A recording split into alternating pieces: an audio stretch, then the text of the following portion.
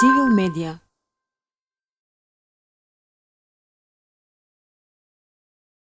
Ниту еден закон не смени од претходната влада, која што вадеше по 100 закони на ден и гласаше. Па да. Значи ние толку време веќе сме на власт, да речеме 2,5 години, колку е СДС на власт, работи по истите закони. Да, значи дефинитивно се не би се согласил дека ни еден закон не се смени некои закони, не дека не, ама дефинитивно можеше подобро. Со тоа што него ја лоцирам проблемот во тоа што не се менува законите на, не знам, на големо, како што правеа претходниците, туку лоцирам проблемот во тоа што се ветуваше нешто и после тоа не се реализираше. Значи не викаме дека сите закони што домородците ги донесо, ние треба сега да ги смениме, да ги ревидираме. Не, него она што сме го збореле, тоа да го реализираме. Предлог моje мислење, пошто сите функционери и политичари кои како гледува во затвор ми се разболуваат, или почнува да им се стежува, па не знам, 300 болести ги фаќаат, доека крадеа, доека се нафатираат, беше добро. Мој предлог, нека се тргне по потекло на името, било политичар, функционер, било што, нека им тргнат по потекло на имот, нека го вратат она што го краде, она што го краде нека го вратат, нека влизат они на слова, не мора да одат во затвор и нека одат нека работат во приватни фирми, во фабриките што ги отворија, што ги кажуваат странски инвестиции, како е добро, нека работат за неки 200-300 евра плата, да видиме дали ќе се луксузираат, ќе возат коли, ќе купуваат били и слична работа. Значи тоа е мој предлог. Апсолутно се согласувам со тебе, али пази, тоа е нешто што се збори више години намазад. Дури програмата на СДСМ го има тоа, чите го видел. Ќе биде вратен криминално стекнатиот имот. Значи они тоа го ветува, ама не се реализираше.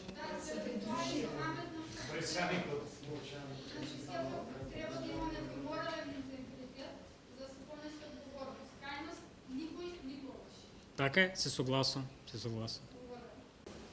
Ќе ви ги дадам податоците, мислам на сите за сите нас.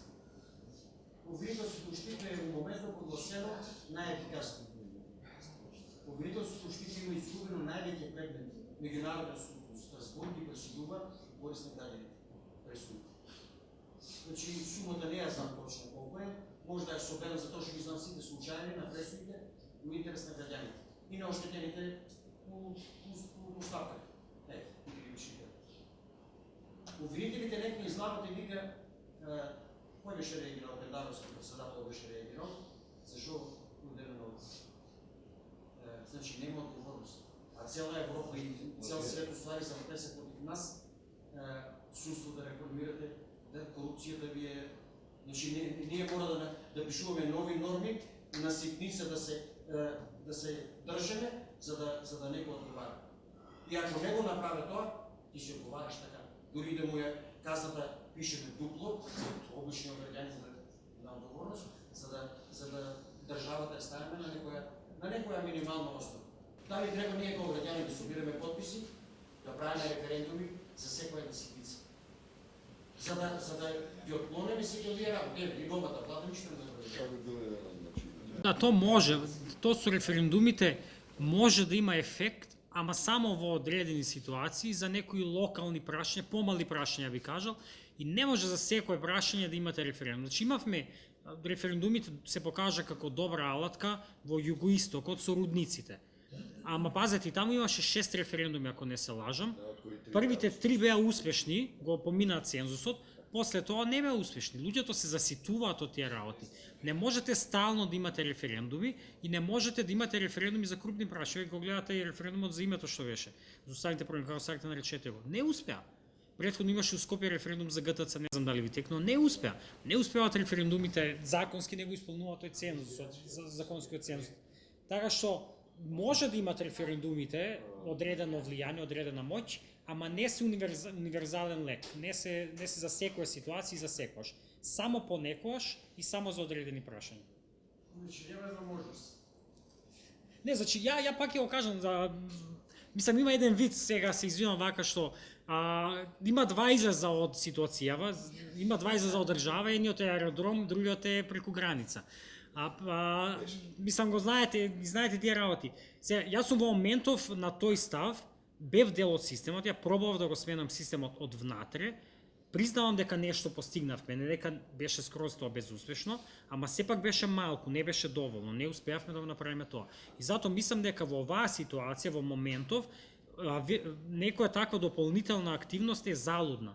Едноставно условите не се поволни за да вие правите нешто. Например, сега вие да бидете да сте дел од владата сега и да сакате да направите некоја реформа, одма ќе ве критикуваат. Значи јавноста е толку настрвена кон власта, толку е падната довербата, што и да направите, ќе ве критикуваат. Земете мерката мој ДДВ. Значи, практично им давате пари на луѓето. Давате 15% од данокот што тие го платиле, ве критикуваат. А не ми треба тие пари. Значи му даваш не за 1000 денари, колку ќе се фата 1600 денари месечно, од прилика, не ми треба тоа ситница, што ќе ми се тие пари. Значи, таква е ситуацијата што не за да фрлате пари од хеликоптер доле, ќе ве критикуваат. Таква е ситуацијата што во моментов не, според мене барем, нема поента од некој организирано политичко дејствување. Мора да се погоди моментот, а моментот би се погодил ако системот западне во тешка криза, како што бевме со претходниот режим, и тогаш да се створат услови за нешто такво. Како што партизаните, не знам, од почеток градеа држава, после Втората светска војна, така мислам дека и кај нас мора. Мора системот да падне во тешка криза и после од нула да се гради. Што се однесува до чарето, освен границата и аеродромот, може да размислуваме за неколку други опции. Еден од тие референдумот, но ги кажа и предизвиците самиот Бранимир. Исто така на располагање ни се и алатки од типот граѓански иницијативи. Сега јас би споделил многу кратко нешто што и вчера го спомнав. Крај за расипништвото е наслов на нашата иницијатива за укинување на привилегиите на функционерите. И таа цело лето е и онлайн како петиција. Нешто над 2500 подписи има до сега собрани. Во моментот кога ја представивме на Facebook како иницијатива, крај за расипништвото, имаше стотици, па потоа и илјадници, и лајкови, и коментари позитивни. Кога дојде моментот да се стави подписот, кога ја качивме на change.org како петиција, до собранието на Република Северна Македонија, тогаш одеднаш само 2500-600 може би се стигнати подписи. Што зборува тоа? Тоа зборува и за едно ретерирање на граѓанките и граѓаните, кога ќе дојде моментот за одлучен чекор да се направи, одеднаш тие почнуваат да покажуваат известни резерви. Знаат, дел од луѓето се овде во таа работна група, граѓанска работна група за спроведување на иницијатива. Ние нема да запреме тука, додека не ги истрпиме сите можности, ние од септември ќе почнеме и со притисок врз собранието, јавен притисок врз собранието. Меѓутоа, имајте предвид дека на располагање ни е алатката 10.000 подписи за промена на закон. Со оглед на тоа дека 2600 подписи собравме онлайн, значи не морате вие да станете, да отидете до некој пункт, до некоја подрачна единица на Министерство за правда и така натаму, за да го ставите својот подпис со лична карта, туку од кафичот каде што пиете кафе наутро, можете од телефон да ја пополните оваа апликација. Тоа не се случи. Тоа е разочарувачки. Но, еве да кажеме, летни одмори се, па луѓето не сакаат да размислуваат за тешки теми. Но, што се однесува до колапсот на системот, колапсот на системот е многу можно да се случи оваа година, заради тоа што веќе сега се разгорува една силна политичка криза која е испреплетена со мрсни, криминални, крими трилер елементи, кои веќе во септември ќе покажат една максимална моќ, разорна моќ на системот, на вредностите, на општеството и може да реперкуира во многу сериозни последици. кои ни избори потоа нема да може да ги средат. За на крај да излезе најдобро решението што го слушнавме пред малку, граница или аеродром.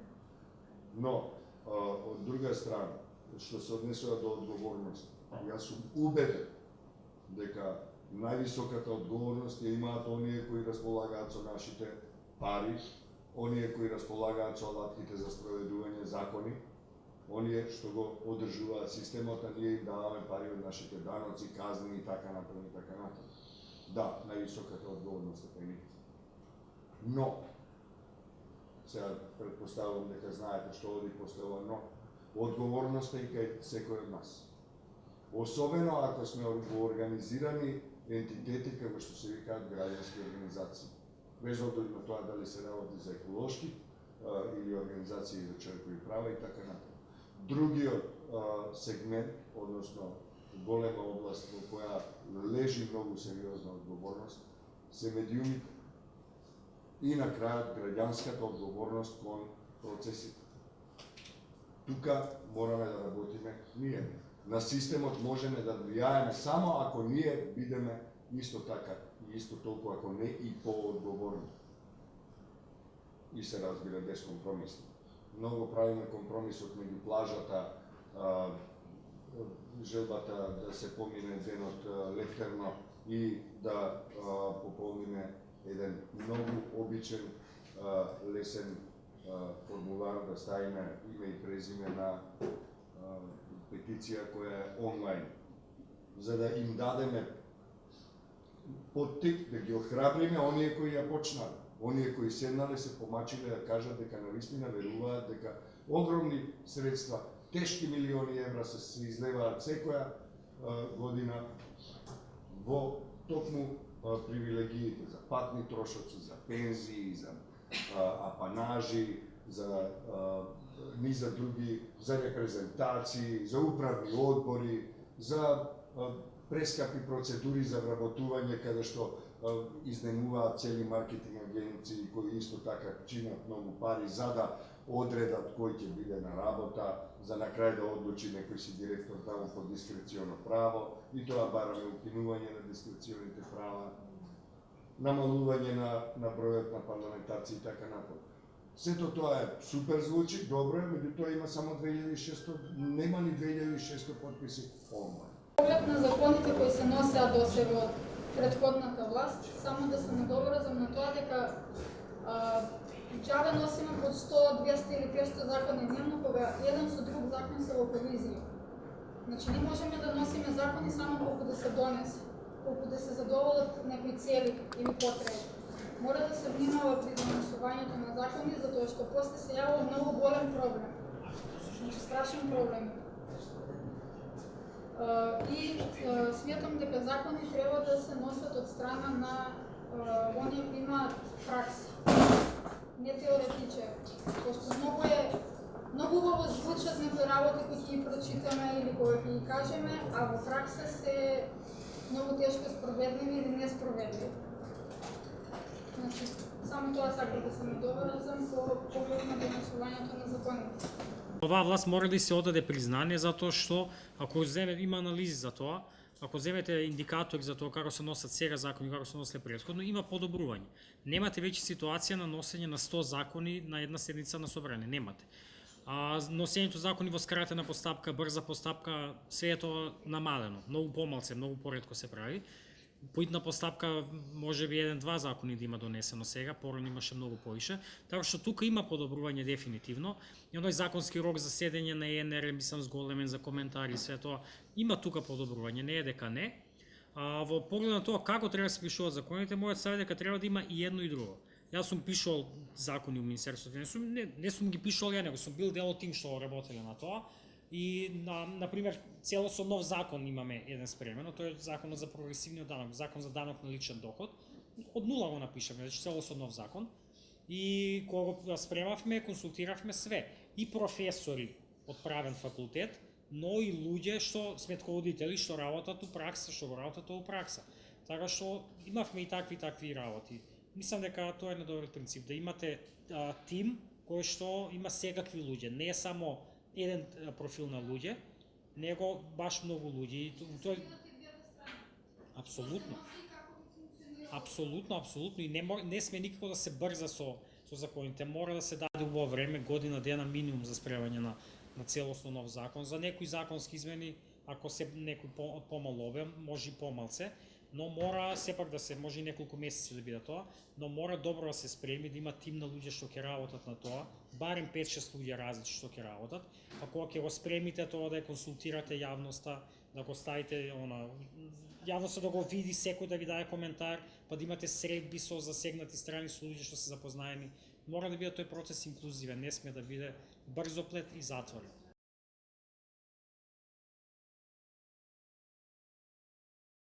Civil Media